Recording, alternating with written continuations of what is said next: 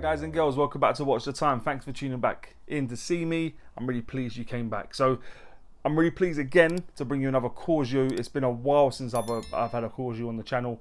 It was mentioned to me by a few subscribers. They messaged a few times saying, have you seen Corgeut? They've done some rebranding.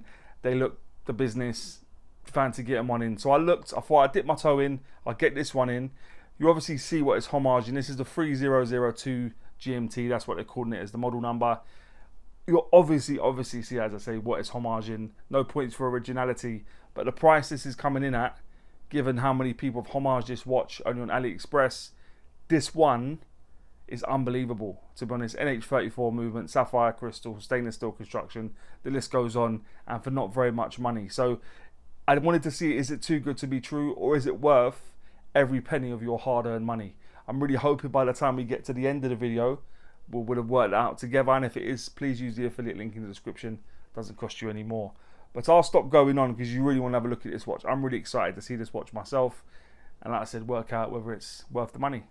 But that being said, let's get the camera turned around and get on with it. Alright guys, so this is the watch. I don't know if this is going to be the general packaging it comes in. It's been quite some time since I had a Corgeut in for review. Out of cardboard box, in a more substantial box. Comes with a cleaning cloth. I'll put that to the side just in case we need it. The instruction manual on this, obviously there's the card. The instruction manual is quite something to behold. Look at that. A lot of pages. I won't be reading any of that personally, but do feel free to do so if you buy one yourself. I have taken off 3 links for it to fit my wrist. Screw pins. If I can get to focus, there you go. That's just to make it easy to change to size it up for yourself. The bit of more bubble wrap that it came on that I just put at the bottom, because I don't need that right now. Inner foam, usual sort of stuff you get from a lot of these watches on AliExpress. And there's the watch. Let me just put some power into it because I wiped it following wearing it in preparation for the review. But the model number for this is the 3002 GMT. I was keen to get a Corgeut in for a little while. A few people commented on my videos saying I should do so. There's been a rebrand. How much of that rebrand has changed anything, I'm not sure. You can see they've now got a logo. They've got sort of crest above the Corgeut and script writing on the dial. So that's their new logo.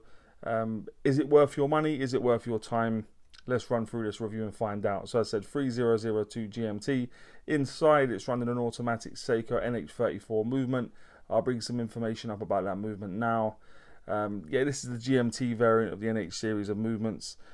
This movement has become very, very prominent now, given the fact that it was released sort of early last year, I believe. I can't remember, but they was released in their Seiko 5 sports watches that they brought out. Now there's an affordable GMT movement, and this has sort of become the go-to. 24 joules, 21,600 beats per hour, 40-hour power reserve, and they generally run pretty good. This is running about a 7-second slower day, roughly, but for the quite modest price point, I don't think that's too bad, really. So yeah, it's well within the parameters set out by Seiko anyway. So there you go. That's the movement.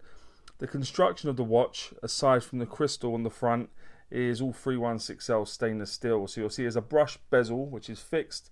The top of the case is brushed, polished at the sides. The crown is polished, as is the crown guards. The bracelet is brushed, not badly done for the price. Brushed on the tops, polished at the sides with screw pins I've already mentioned. It does come with a fully milled clasp, polished on the inside, brushed on the out, polished also at the sides. It does come with a on-the-fly adjustment system that you can use, but I'll show you that more in a few moments when we talk about the clasp. But yeah, case back brushed, outer ring on there is polished, solid end links, but yeah, brushed on the back of the bracelet as well. So yeah, a good mixture really of brushing and polishing throughout.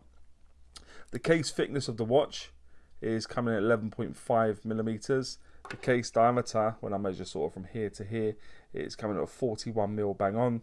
And when you go from 9 to the 3, including the crown, it's coming at 44.9 millimeters. The lug width on this is 20. That does taper down to 16 and back up to 18 mil at that fully milled clasp. And the lug to lug, tip to tip, you'll see it's not too long in the case itself, so it's coming at 47.7, but it does have male end links of the center link, so that is coming in afterwards at 53.6 millimeters. A little bit of downturn, maybe could do with a little bit more, so a little bit longer really than it needs to be, but I haven't found in actual reality wearing it that's really caused a whole lot of problems. So there you go, that's the proportions. The bezel, as I show, is a brushed bezel for GMT, so it's obviously going up to 24 hours, so you can set the other time zone, which we'll talk about again shortly.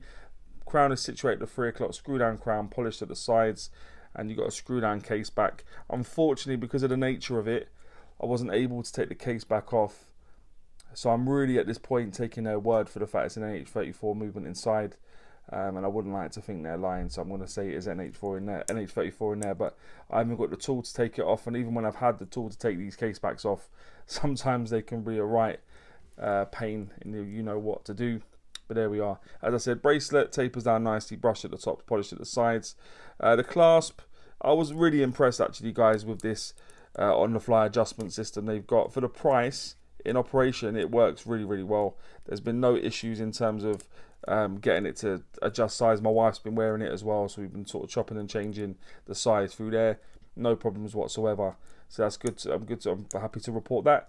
The crystal covering the dial. So the crystal itself is sapphire crystal. I tested it, and then it's only got mineral crystal on the Cyclops, which is a shame, but I think for the money, again, there's got to be some corners cut somewhere. A little bit more writing down at the 6 than I would have liked to have seen, but you'll see down there it does say 100 meters water resistance, so that would give you 10 atmospheres of water resistance, but it's not going to be certified to any degree, guys, so do bear that in mind. The weight will appear in the top right. It's just above 145 grams with 3 links removed. With those 3 links back in, you're probably pushing around 160 grams roughly. So yeah, decent amount of heft in this watch.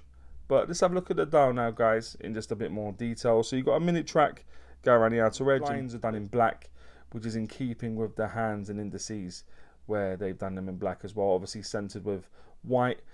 The nice white dial, I wouldn't say enamel, it's just a white dial. You've got the Corgeut logo and Corgeut printed on to the dial, just below the inverted triangle at the 12. Below, just above the baton at the 6 o'clock position, you've got GMT automatic, water resistance, 100 meters, 330 feet. So yeah, a little bit more writing down there than I would have liked. The GMT is written in orange, and the hand is orange for the GMT hand also. I'll bring the loom up now, guys. The loom on this is okay. It wasn't something that I was really blown away by. I was hoping it would be a little bit better, really. This was it kind of charged for a little while, so yeah, the loom could have been done better, really. I say it's okay. Probably in reality, it could have probably been done a little bit better. But there we go. So yeah, that's the hands. Like I said, black. You've got Mercedes hands on the hour. You've got lollipop on the second hand. Sword style hands for the minute. Circular battens everywhere except for the 6 and 9 and the 12. Obviously, inverted triangle battens in the other 2 places. But if I undo the crown, so in operation, the crown has been very easy to deal with actually. You take it out to the neutral position, reasonable amount of pop. It could have been maybe a little bit longer to stem. If you take it all the way out, you'll notice the second hand will hack because it's a hacking movement. You put it back in, it will start back up again. If you turn it away from you, you can charge it up, and you'll hear that. If you take it out to the first position, so if you scroll towards you, you can change the date. You'll see that just changing there. If you turn it away from you, you can change the GMT hand to obviously the second time zone. So at the moment, this is saying it's 20 past 11 at night, I believe. That would be what it's saying roughly. So yeah, you can just change it to the time zone that you want, and yeah, there you go. And then put it back in, screw it back up, and job is a good one. So there we go, guys. That's the dial, that's the movement, that's all the stuff going on there. But let me just pop it on the wrist, give you a quick idea of what it looks like on my wrist. Okay, so guys, here's what it looks like on my wrist. As I've said previously, my wrist is just above a 7-inch wrist, and does fit pretty nicely, to be honest. And I do think you'll see this now, that the finishing for the price isn't too bad either, and yeah, not a bad looking thing. So there we go, that's the watch.